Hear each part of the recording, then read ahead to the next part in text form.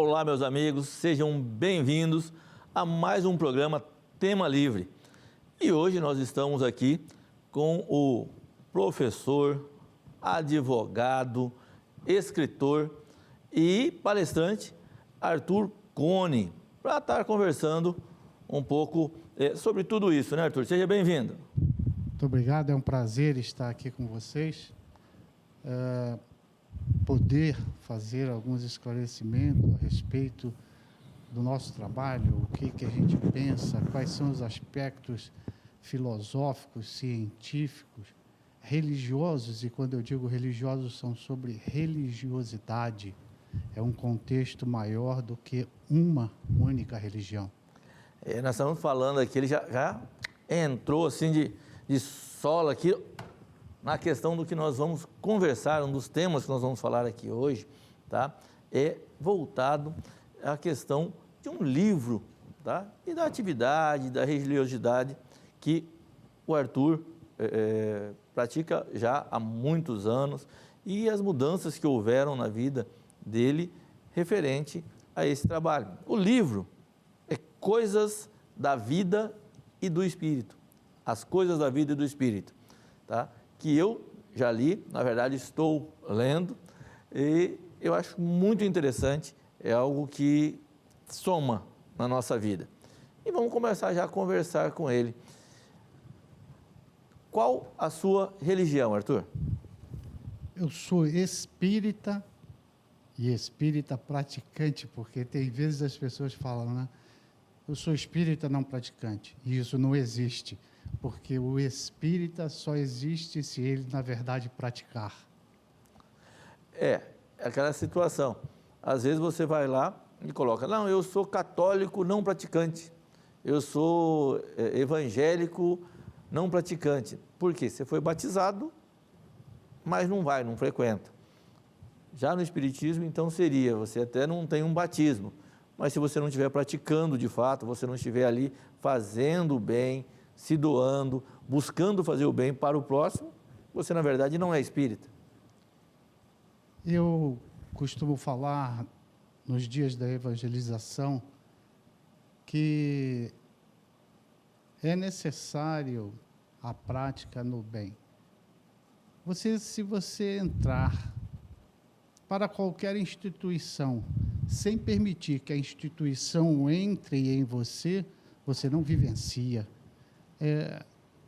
A condição de dizer eu sou de tal religião, eu sou, por exemplo, eu costumo brincar de dizer que eu sou flamenguista para preencher formulário, porque eu não sei sequer um jogador do Flamengo, eu não sei nada. Então, como eu sou do Rio de Janeiro, lá eu torcia, lá eu ia no Maracanã, eu hoje não tomo nem conhecimento, não assisto futebol. Então é como dizer essa questão, eu sou espírita, mas não praticante, eu sou espírita e praticante.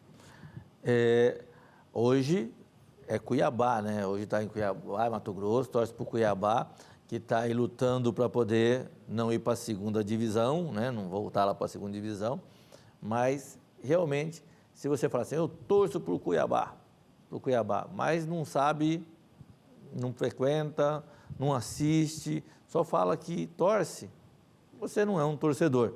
Você é alguém que gosta lá do Cuiabá, ou gosta do Flamengo, mas um torcedor, alguém que de fato gosta, ele pratica. A doutrina espírita na sua vida, você começou há quanto tempo a estar, de fato, praticando, vivenciando, estando dando as palestras? Eu já participei, já estive, estou hoje fazendo, inclusive, estudo já junto também.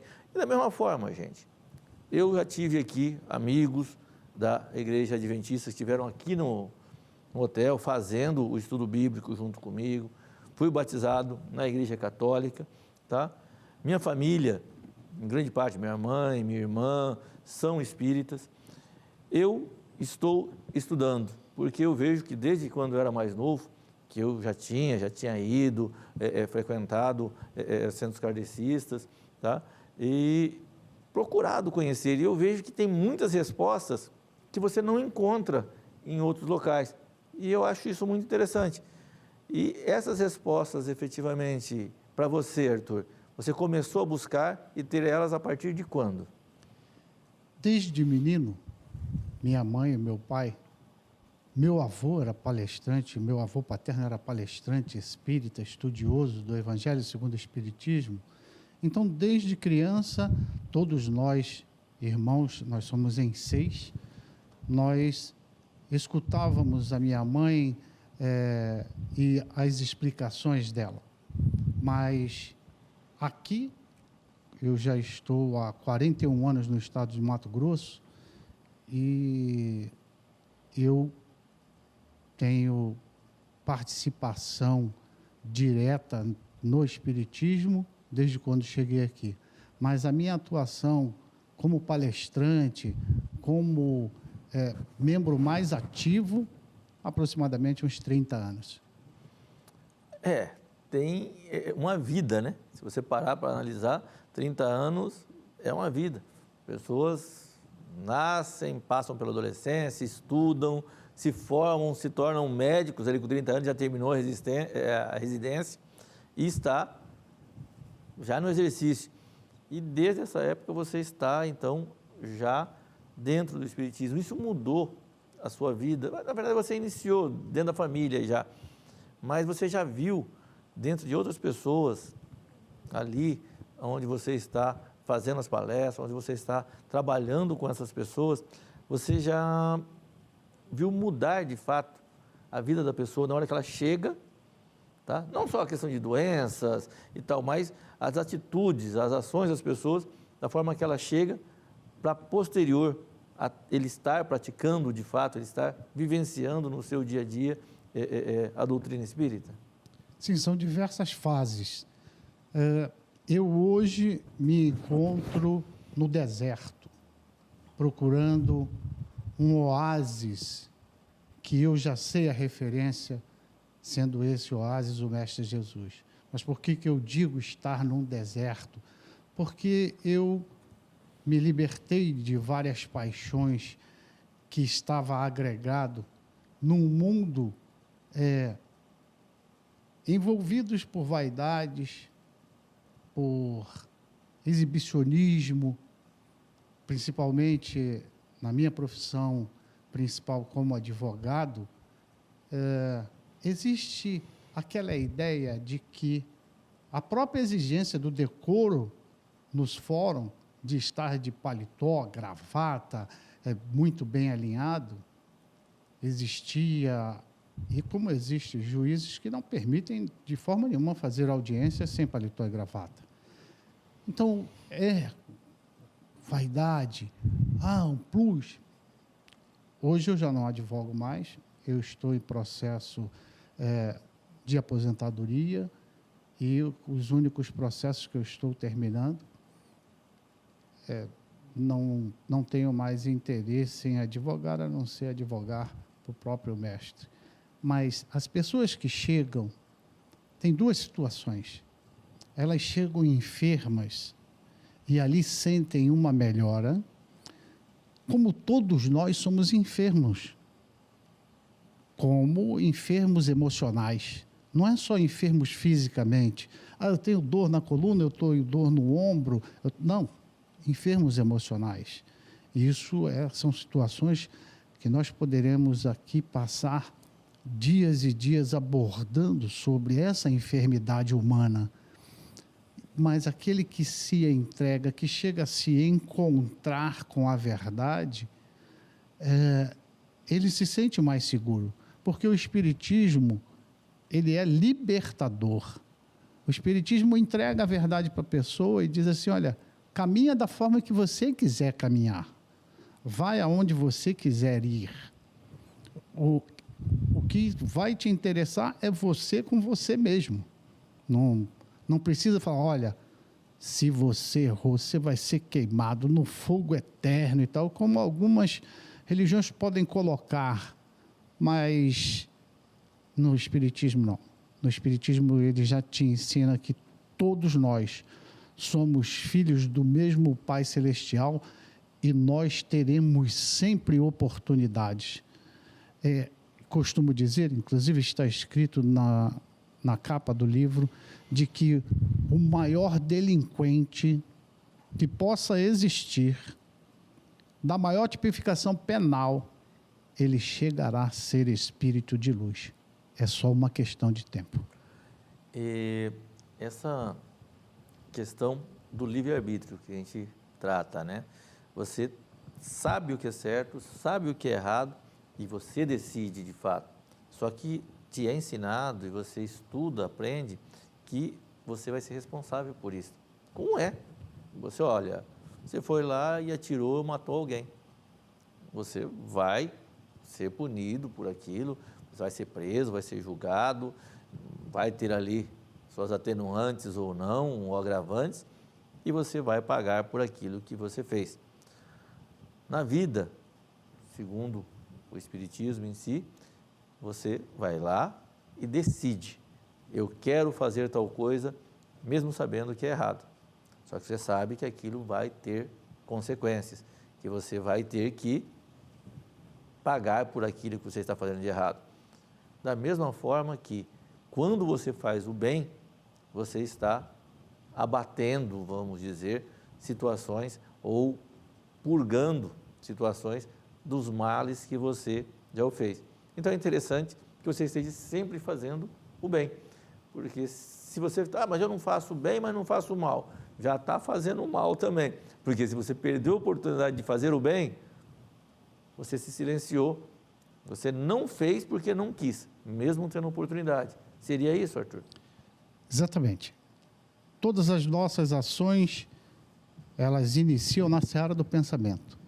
Então, o que você disse, agir no bem, já começa que o primeiro passo, pensar no bem constantemente.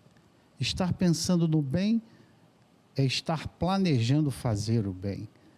E o que você diz em relação ao livre-arbítrio, o homicida, é a lei de causas e efeitos.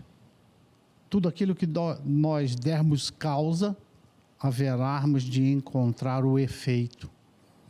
Como está no próprio Evangelho que Jesus diz que lança a mão na charrua e não olhe para trás. O que quer dizer isso? Todos nós, envolvidos nessas nossas emoções, envolvidos nas nossas dores, porque nós erramos lá atrás, não importa mais. O teu desejo é de mudar, é de melhorar de postura na vida e com a vida. Começa a plantar uma semente diferente, a semente do bem.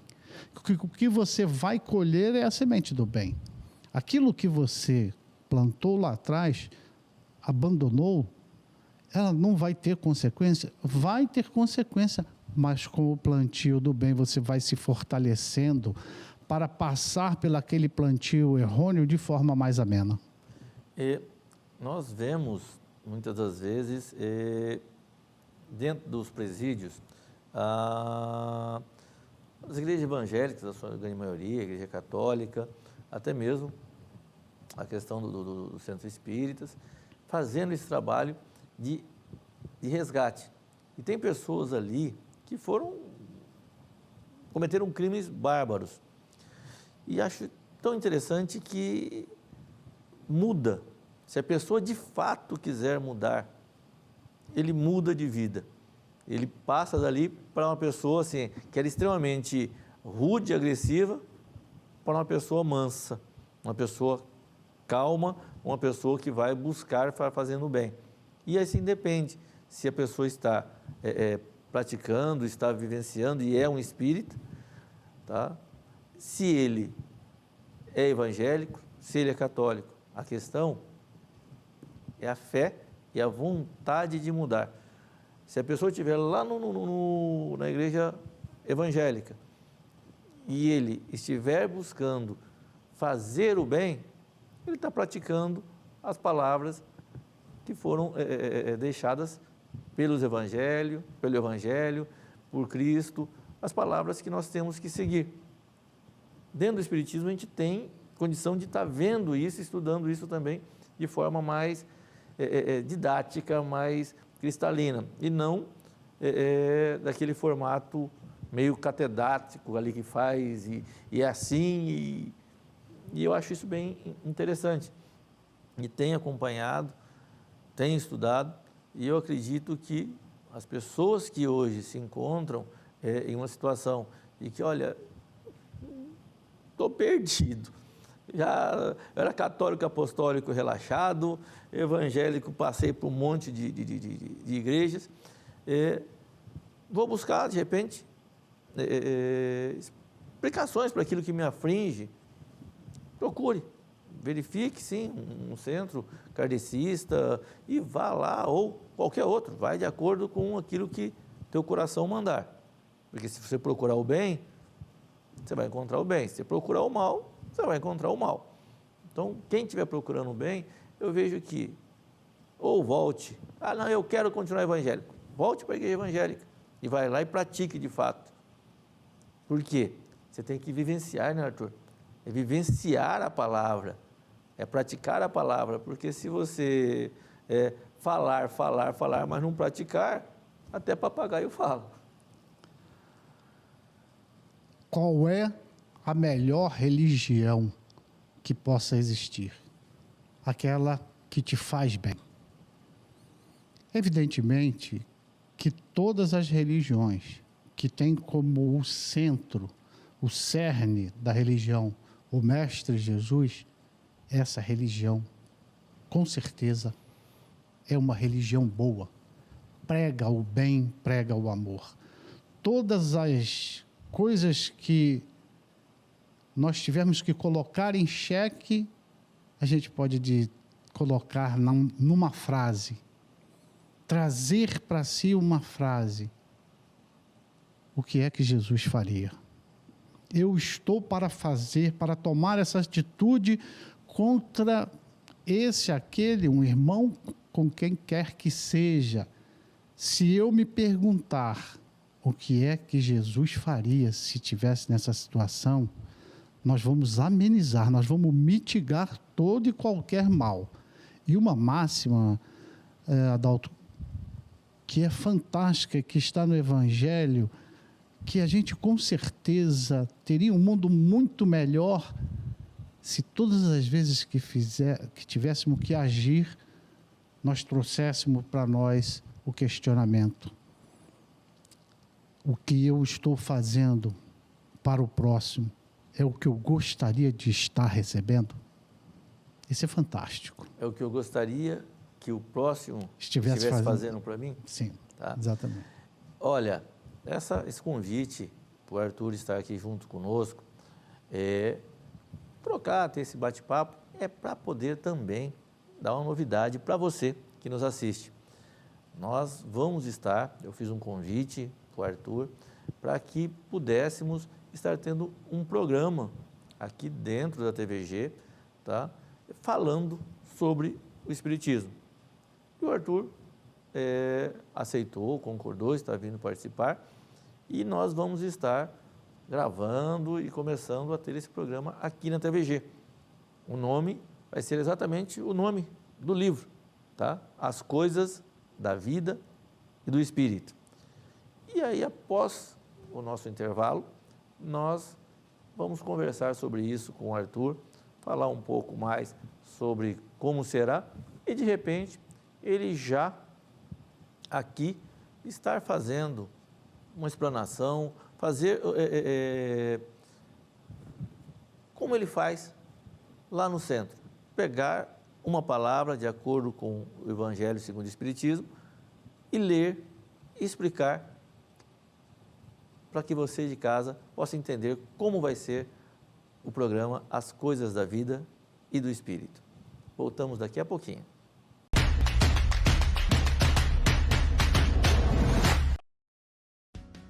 Quando você acredita na força do seu comércio, tudo se transforma. O seu produto quer ser visto nessa fase. Você precisa ser lembrado. Lojista, prepare sua loja, abasteça seu estoque. Coisas boas estão por vir. Atraia seu público-alvo e faça a renda girar. Pois onde circula a renda, existe vida. Invista no que você tem de melhor e descubra o poder da comunicação. CDL, com você, o comércio é mais forte. As principais notícias em um só lugar. Conheça nosso site conexãomt.com. Siga nossa página no Facebook e fique bem informado durante todo o dia. Conexão MT. As notícias que importam se encontram aqui. Uma vista inspiradora, onde grandes negócios acontecem e grandes momentos vão acontecer. Cenário de grandes encontros, na mais perfeita harmonia. Para quem tem bom gosto e faz cada minuto valer a pena.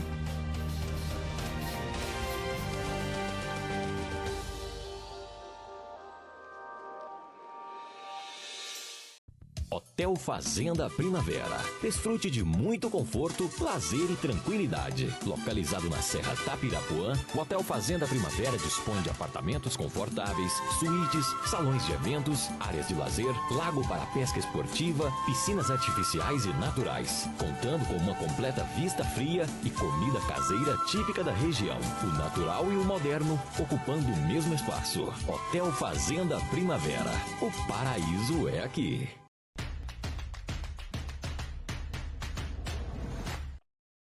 Estamos de volta, rapidinho, né? Para podermos falar agora referente a como vai ser o programa que eu convidei o Arthur Cone, tá? Professor, advogado, está se aposentando,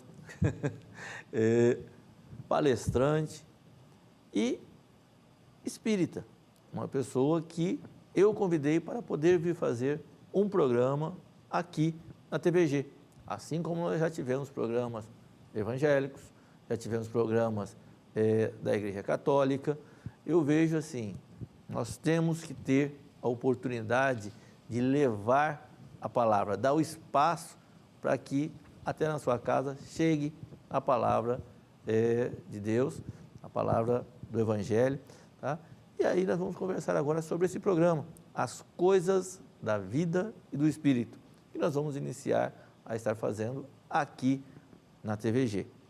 E o Arthur, quando eu convidei, ele de pronto aceitou e nós estamos organizando, né, Arthur, como é que nós vamos estar fazendo agora para poder estar colocando o programa, já vamos ver se a gente consegue estar gravando já o quanto antes e colocar ele. Faz o programa, as pessoas podem ter com um número de telefone, que ele manda perguntas ali, e no próximo programa você já fala sobre aquele tema, de repente, ou responde essas perguntas que as pessoas tenham em casa, porque o programa vai ser gravado de princípio. Se fizesse ele ao vivo, poderia a pessoa fazer a pergunta ali ao vivo. Porém, quando você vai estar fazendo a explanação, fazendo uma palestra sobre determinado tema, não sei se seria tão interessante já ter a pergunta. Mas vamos estudar, o importante é que você assista ao vivo ou gravado, você vai ter as suas perguntas respondidas. Seria basicamente isso, né? O propósito é envolver todos num ato de amor. Fazer o bem à humanidade, não é fazer um bem específico. Quando tiver já todo um modelo pronto para atender a todos os telespectadores, todos esses amigos que assistem, vai fluindo, vão acontecendo e sempre com melhores propósitos. Nós, os espíritas, somos, sem sombra de dúvidas, os trabalhadores da última hora.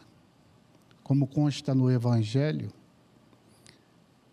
um senhor da vinha saiu de casa bem cedo e foi em busca de trabalhadores para trabalhar na sua vinha.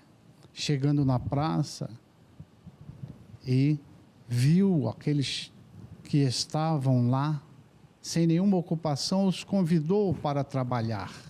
E eles disseram que estavam dispostos e combinaram um valor para trabalharem durante todo o dia.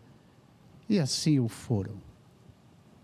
Depois, na 3ª hora do dia, o senhor da vinha, percebendo que necessitava de mais mão de obra, ele volta na praça para contratar mais pessoas e combinar o salário do dia. E assim aconteceu na 5ª hora, na 9ª hora, na 11ª hora. E lá todos estavam trabalhando quando o senhor da vinha chegou para fazer o acerto diário e disse para o encarregado: faça o acerto começando pelos primeiros trabalhadores. E então, os primeiros trabalhadores recebem todos os salários, toda a parte do salário que lhe cabia. Quando chegou no trabalhador da última hora, o senhor da vinha havia determinado que pagasse todos iguais. Quando pagou, os da primeira hora reclamaram: como pode o senhor fazer isso? Nós trabalhamos durante 10 horas seguidas e recebemos o mesmo que aquele que trabalhou por apenas 1 hora? E o senhor da vinha disse para ele: eu fui injusto para contigo? O que nós combinamos, o que nós pactuamos, foi aquilo que eu te paguei? Foi, mas está sendo injusto porque pagou mais a ele. Disse: o que é que eu devo a você? Não é porque aí começam a buscar, como todos nós, qualquer justificativa para demonstrar o nosso egoísmo, porque nós queremos sempre levar vantagem. E o Senhor disse para ele: ora, se eu quero ser bom, se eu quero praticar a caridade, se eu percebo que este trabalhador da última hora se dedicou e ele só não veio antes por falta de oportunidade, de oferecimento de trabalho, senão ele teria vindo antes. Eu não estou sendo injusto com você, porque paguei tudo que foi combinado. E se eu quero pagar a mais o outro, é pela minha parte de caridade. Então, muitas das vezes, a gente acha o Pai Celestial injusto porque não compreendemos dentro da nossa pequenez o que é que melhor apraz. Se nós não recebermos hoje aquilo que estamos pleiteando junto ao Pai Celestial, ou é por falta de merecimento, ou é porque não chegou a hora de recebermos. Mas costumamos dizer que nós que somos pais humanos não temos a compreensão divina. Nós não deixamos os nossos filhos num castigo constante. É chegado o momento que nós usamos de amor, de envolvimento, falamos: saia do castigo. Você tem oportunidade, aprendeu, você tem oportunidade de seguir em frente, que dirá o Pai que está no céu. Assim, esta parábola do trabalhador da última hora. Não importa a hora que nós chegamos para o trabalho, se chegamos agora, que a gente consiga realmente se dedicar ao trabalho. Porque o Senhor não espera da gente lágrimas, espera suor, espera esforço. E nós temos a possibilidade de trabalharmos na vinha do Senhor desde já. Que a gente possa pôr a mão no arado, sem olhar para trás, e sigamos em frente. E às vezes a pessoa questiona do porquê que o outro recebeu, ou porquê que o outro tem um ganho melhor ou maior que ele, em detrimento, eu ganhei X e trabalhei ao mesmo tempo.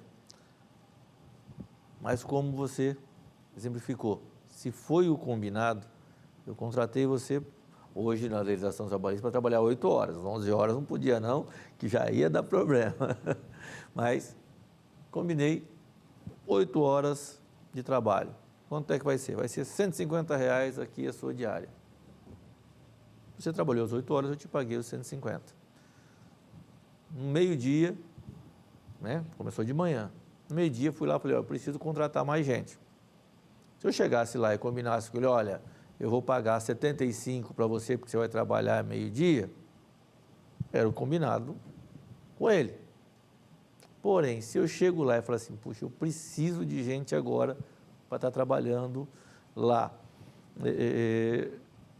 E esse pessoal está aqui, e eu vou levar eles, vou pagar o mesmo valor, porque eu preciso já agora. Porque se de repente eu ofertar um valor menor, alguma coisa, eu não vou ter. Mas eu quero terminar esse trabalho. E vou pagar o mesmo 150 para ele. Ele foi lá e trabalhou 4 horas, mas trabalhou com afinco, trabalhou com vontade efetivamente de fazer. Na hora de pagar, você paga os 150 para quem trabalhou 4 horas. Você está sendo injusto com algum deles? Você pagou aquilo que combinou. Porém, a pessoa quer o quê?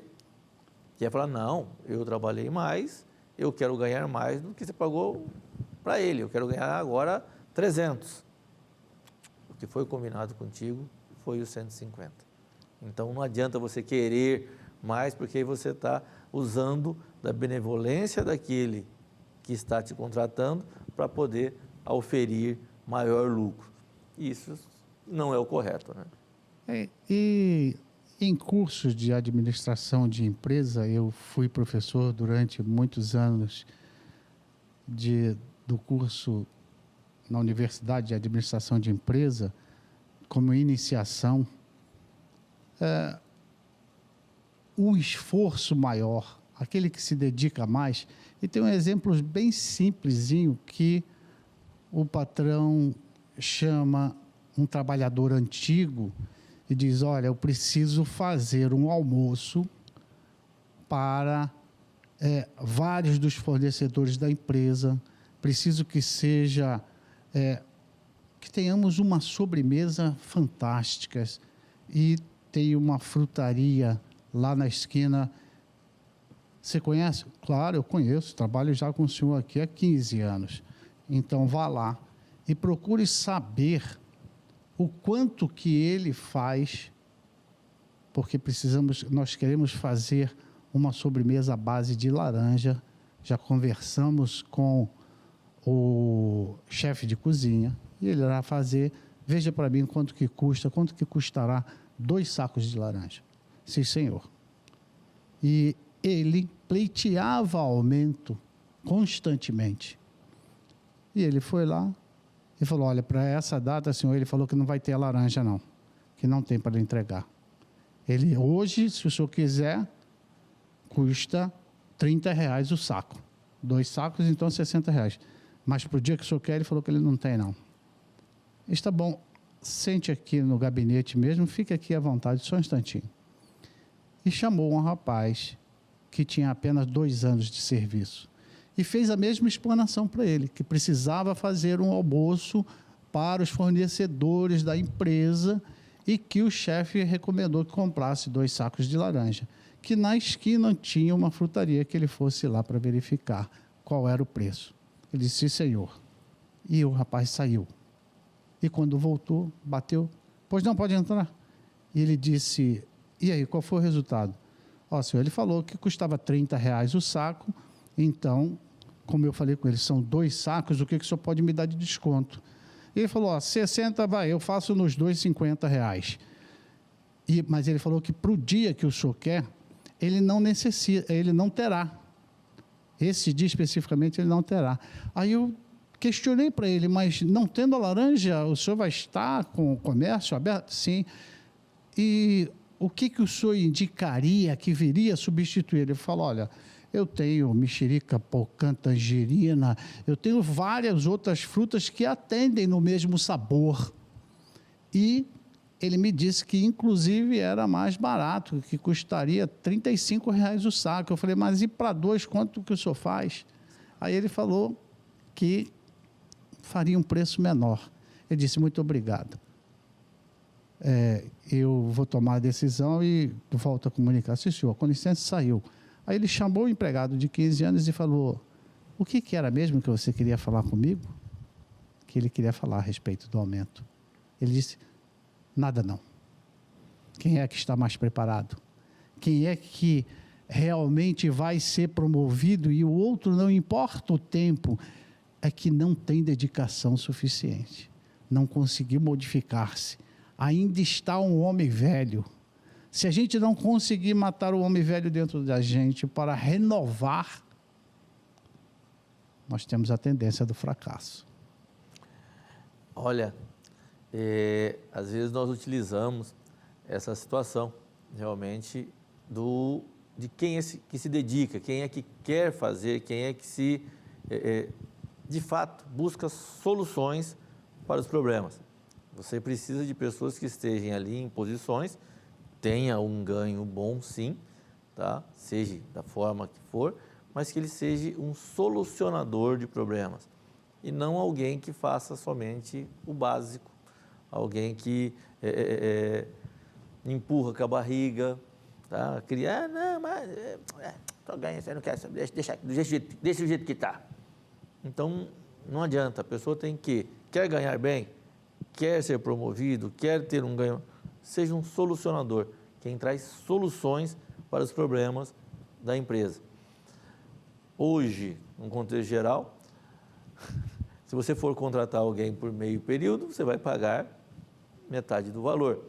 Eu falo isso porque muitas pessoas, de repente, em casa nos assistiram e falam assim, pô, mas é injusto mesmo, aí o cara trabalhou metade do tempo e ganhou o mesmo valor. É a prática normal de hoje. Porém, a questão que eu acredito que foi exemplificado é que o que é que foi combinado. Se foi combinado, você não pode reclamar, porque aquilo foi o combinado, você recebeu o combinado. Tem uma outra situação que fala do cara que vai consertar uma máquina muito cara, né?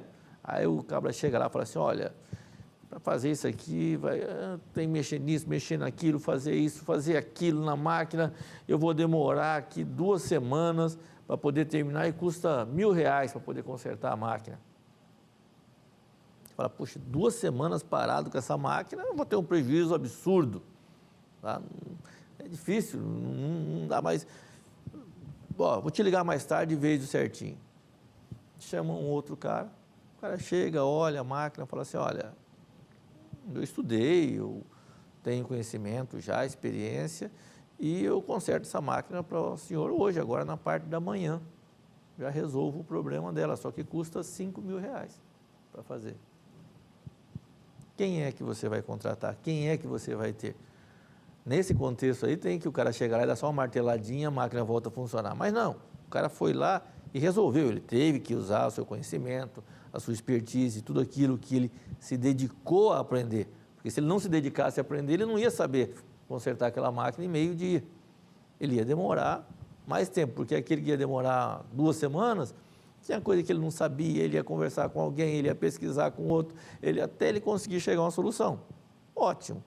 Quem sabe algum dia ele vai chegar a ter o conhecimento daquele que ganhou em meio dia o valor 5 vezes maior do que ele iria gastar 2 semanas para fazer.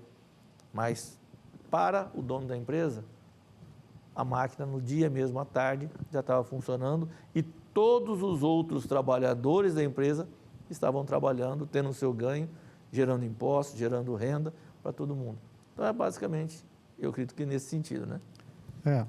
Para alinhavarmos o que começamos a dizer nesse bloco, o trabalhador da última hora é o trabalhador que vê a necessidade de trabalhar, de produzir o bem, porque não está olhando para o benefício próprio, para aquilo que ele vai ganhar. Não importa o que ele vai ganhar. O importa é que ele foi contratado para produzir. E nós estamos aqui para produzirmos o bem. Essa produção. E as pessoas, às vezes, podem achar, eu vou usar um termo da minha juventude, já não é mais atual, que era careta, que era fora de moda. Ah, é puxa-saquismo. Não. A ótica é de que aquele que faz o bem aos outros está fazendo bem a si mesmo. Né? Exatamente. Se você planta o bem, você pode até, ali no meio, ter alguma situação de que tenha alguma coisinha que possa vir de ruim. Porque mesmo plantando bem, muitas das vezes, ainda vem alguma coisa ruim. Mas a possibilidade é que 80% da colheita, no mínimo, é de coisas boas que voltam para você. Agora, você plantar o mal, dificilmente você vai ter 20% de coisas boas que vão vir para ti. Vai ter uma colheita de coisas ruins. Então, o plantio não é obrigatório, a colheita é. E a gente tem que estudar sempre, pensar sempre, que nós temos que sempre estar buscando plantar o bem, ser justo. Às vezes as pessoas nos têm, a mim como uma pessoa difícil. Não, eu, Adalton, eu não sou tão difícil, só que eu sou uma pessoa justa. O que é o correto, eu pratico. Se por acaso a pessoa quer ser malandro, ser sacana comigo, aí se eu dou a resposta à altura para ele, o que acontece? Ah, ele é chato, ele é ruim. Não, eu sou justo. Eu jamais vou querer tomar de alguém nada que pertence a ele. Mas também não vejo justiça em ser ludibriado e achar que isso está bom, né? Ficar sorrindo. Então, nesse contexto, as pessoas têm que buscar ser responsáveis por aquilo que eles plantam, porque com certeza vão colher. Vamos então para mais um intervalo e voltamos daqui a pouquinho para estar batendo um papo final aqui no último bloco com o Arthur, para podermos já até inclusive marcar aí uma data para a estreia do programa As Coisas da Vida e do Espírito. Voltamos daqui a pouco.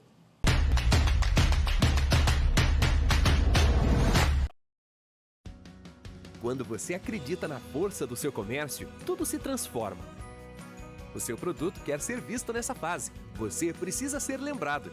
Lojista, prepare sua loja, abasteça seu estoque. Coisas boas estão por vir. Atraia seu público-alvo e faça a renda girar. Pois onde circula a renda, existe vida. Invista no que você tem de melhor e descubra o poder da comunicação. CDL, com você, o comércio é mais forte. As principais notícias em um só lugar. Conheça nosso site conexãomt.com. Siga nossa página no Facebook e fique bem informado durante todo o dia. Conexão MT. As notícias que importam se encontram aqui. Uma vista inspiradora, onde grandes negócios acontecem e grandes momentos vão acontecer.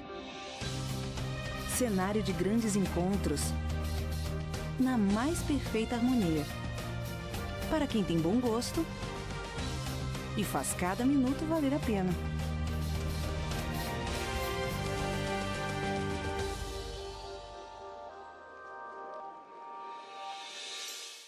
Hotel Fazenda Primavera. Desfrute de muito conforto, lazer e tranquilidade. Localizado na Serra Tapirapuã, o Hotel Fazenda Primavera dispõe de apartamentos confortáveis, suítes, salões de eventos, áreas de lazer, lago para pesca esportiva, piscinas artificiais e naturais. Contando com uma completa vista fria e comida caseira típica da região. O natural e o moderno ocupando o mesmo espaço. Hotel Fazenda Primavera. O paraíso é aqui.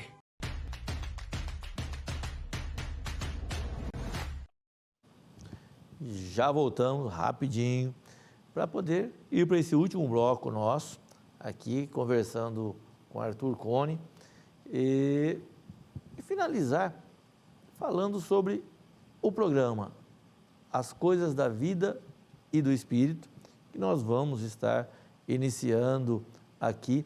Nós estávamos conversando no intervalo, até para quando, né, Arthur? Nós definiríamos de estar iniciando essa gravação para começar a ir ao ar. Vamos começar assim, fazer para a semana que vem, nós gravamos, tá? E já na outra semana iniciamos o programa, iniciamos o Coisas da Vida do Espírito pela TVG, levando a palavra segundo o Espiritismo para todos vocês que nos assistem? Com certeza, podemos marcar sim, será um prazer estarmos aqui e falar sobre as coisas da vida e do Espírito não é falar somente do Evangelho, porque há um desdobramento dentro da doutrina espírita. Imaginemos um bate-papo entre perguntas e respostas, de perguntas quem tem mais de 30 anos de magistério. Foi o que aconteceu com o professor Hipólito Leon Denisard Rivaio, conhecido mundialmente como Allan Kardec.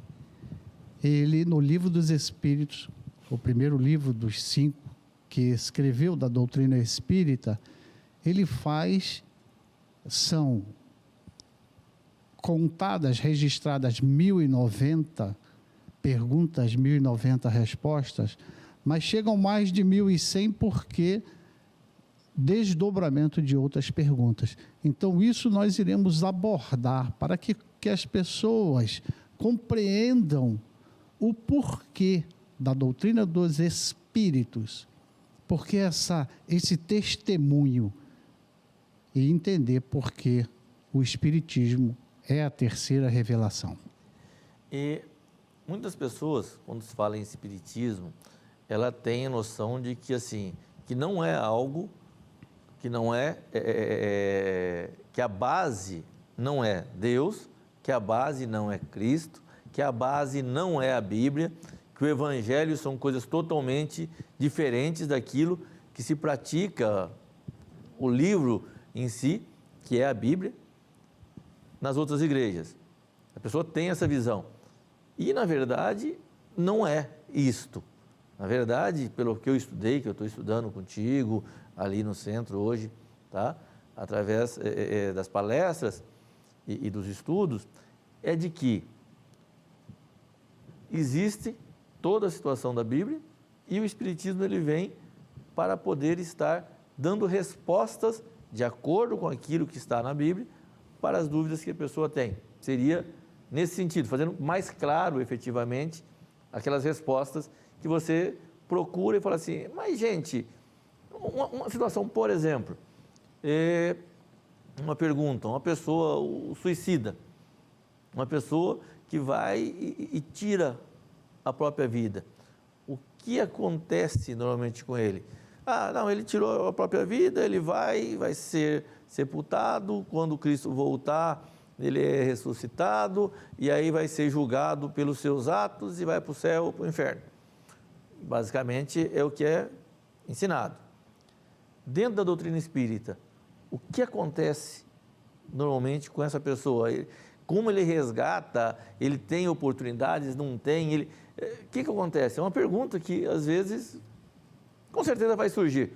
Já te pergunto agora, para a pessoa poder entender que está se falando da Bíblia, está se falando de Cristo, está se falando de Deus, que não tem nada a ver. O pessoal entender que parece que é coisa... Não, é bruxaria, é coisa do demônio, não tem nada disso. Os preceitos são os preceitos de Cristo. Cristo é o Salvador, é o caminho, a verdade e a vida. Porém, de acordo com as explicações dadas pelos Espíritos. Como seria essa situação? A pessoa vai lá e dá um tiro, se mata, seja no ouvido, sei lá, a pessoa se mata. Como acontece? Qual a explicação de acordo com o Espiritismo, com os Espíritos? Primeiro eu quero dizer, Adalto, que o que gera medo e o que gera críticas indevidas é o desconhecimento. A Ivone do Amaral, ela escreveu o livro Memórias de um Suicida, pelo Espírito Camilo. E ela é psicografia, então quem dá testemunho é aquele que vivenciou, é aquele que experienciou esta situação. Jesus no Evangelho diz, inclusive, para o doutor da lei, Nicodemos, ninguém deve dar testemunho do que não viu. Ora, ali está sendo, nessas memórias de um suicida, os suicidas é que estão relatando o que aconteceu com ele na vida. Porque ninguém sai da vida. A gente sai de uma matéria, de uma humanidade, de um corpo carnal. Mas, na verdade, a gente vive a vida espiritual. Então, o testemunho dos espíritos que procuram se destruir, na verdade, são criaturas extremamente enfermas. Elas, desesperançosas, não têm noção mais do que fazer. Se encontram acrisoladas nos seus problemas. E, por falta de instrução, elas preferem tirar a vida, acreditando que se elimina tudo, quando há um agravamento, porque é um crime extremamente grave perante o Criador, tentar destruir a criatura, que é Ele próprio. Nós iremos abordar aqui com mais tempo a respeito das questões psíquicas. O que carrega o espírito que suicidou? Aquele que deu um tiro na têmpora, passar 1 século, 2 séculos sangrando. Aí, dentro de um aspecto físico, se a compreensão é essa, você fala, não, isso daí é uma bobagem, porque ninguém sangra por tanto tempo, já teria secado. É psiquicamente. É o espírito que sente. Nós vamos procurar explanar esse assunto para que todos tenham uma compreensão a respeito do que é tentar acabar com o que é indestrutível e é imortal, que somos nós, os espíritos. Então, esse desconhecido, a pessoa às vezes fala, espírito, fantasma, Deus me livre, e ainda até se benze. Mas é pelo desconhecimento. Imagina se a gente tirar a roupa e ficar na frente de um espelho e não se reconhecer, só porque tirou uma vestimenta de gala, um smoke, um vestido longo para as mulheres. Ora, tirando essa vestimenta carnal, que o Espiritismo não trata a morte, trata o desencarne. Desencarne é sair da carne. E só por uma pitadazinha de coisa, de sal gostoso para temperar o nosso programa, dizer que todos os dias nós desencarnamos. Porque todos os dias a gente desacopla da matéria. Quando nós vamos dormir, a gente entra em desdobramento e vamos ter experiências espirituais conforme as nossas afinidades. Mas isso fica de curiosidade para você, para o primeiro programa. Essa questão do espírito, da alma e da carne. Ah, eu não gosto de espírito. Não, mas eu vou falar de espírito. Eu acho interessante, que se nós temos o sopro da vida, nós temos a nossa alma, o nosso espírito que nos foi dado por Deus, né? Quando viemos à vida, não levando em consideração, vamos dizer, o espiritismo. Então, dentro desse invólucro de carnes, sangue, osso, tudo que tem aqui, tem eu, o espírito Adalton, que está aqui vivendo, que vive aqui dentro. Porque quando eu morrer, isso aqui vai apodrecer, vai voltar novamente, vai ser reciclado, né? Vai virar matéria para poder ser adubo e vai embora. Aí quando voltar, Cristo, o que vai voltar? Vai voltar a sua alma, o seu espírito. Isso levando em consideração a doutrina, vamos dizer, o catolicismo, o evangélico e todos que tratam nesse formato. O que vai voltar? É a alma, o espírito, porque aquela carne, ela já morreu. Digamos que recompõe a carne, recompõe, pronto, virou um corpo de novo. Mas vai estar habitando o espírito ali dentro. Então, de toda forma, nós temos o sopro da vida, que é o espírito. Então, a gente falar que não existe o espírito é negar que existe o próprio sopro da vida, que exista Deus. Porque se Ele, nós somos mais em semelhança dEle, a vida nos foi dada por Ele através desse sopro, desse espírito que Ele nos deu, é negar a próprio Deus se nós falarmos que não existe o espírito. E aí vem aquela situação, eu não vou estudar o espiritismo. Por mais que você continue católico, continue evangélico, eu acho que é interessante, do ponto de vista de conhecimento, estudar sim. Vai que se encontra coisas que vão te responder muitas situações que você até hoje não encontrou em lugar nenhum. E é isso que a gente tem buscado, através desse nosso diálogo, né, Arthur? Trazer esse programa, tá? As coisas da vida do Espírito, aqui para a TVG. E vamos estar definindo daí horário, o programa pronto, vamos estar divulgando para que você possa estar participando junto conosco e fazendo as suas perguntas. Aí o Arthur vai estar respondendo e nós vamos estar cada dia mais melhorando enquanto seres humanos, enquanto espíritos encarnados, enquanto pessoas, para que nós tenhamos a nossa evolução nesta vida e na nossa vida eterna. Mas, rapaz, já comecei eu como palestrante aqui agora, que maravilha. Mas, Arthur, suas considerações finais e seja bem-vindo à TVG e vamos estar logo com o nosso programa no ar. Queria te agradecer, Adalto. Eu e Adalto já nos conhecemos há mais de 23 anos.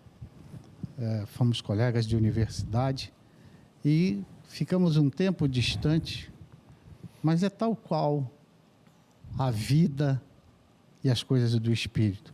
A gente veio se reencontrar agora e justamente neste propósito, nesta arquitetura do grande arquiteto do universo, de nos colocarmos de frente um para o outro para que a gente possa levar até você, telespectador, essa ideia.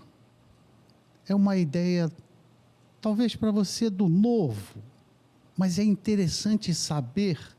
As pessoas às vezes pensam somente em Jesus, aquele meninozinho que nasceu numa manjedoura e que depois, 30 anos, ele surge para o público, para em apenas 3 anos chamar a atenção da humanidade.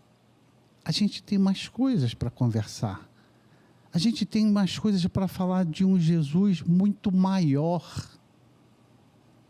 O idealizador do planeta Terra, o sublime governador, que desce, que já mandou seus emissários, mandou Pitágoras, Sócrates, Platão, dentre tantos outros filósofos, tantos outros cientistas, mandou para que antecedesse, para que preparasse, como mandou Moisés na primeira revelação, e ele desce dessa grandeza da governadoria para se fazer homem, para nos provar que é possível atravessar toda essa jornada que eu, o Adalto e você atravessa. Muita paz a todos. Muito obrigado, Arthur, pela presença aqui junto conosco.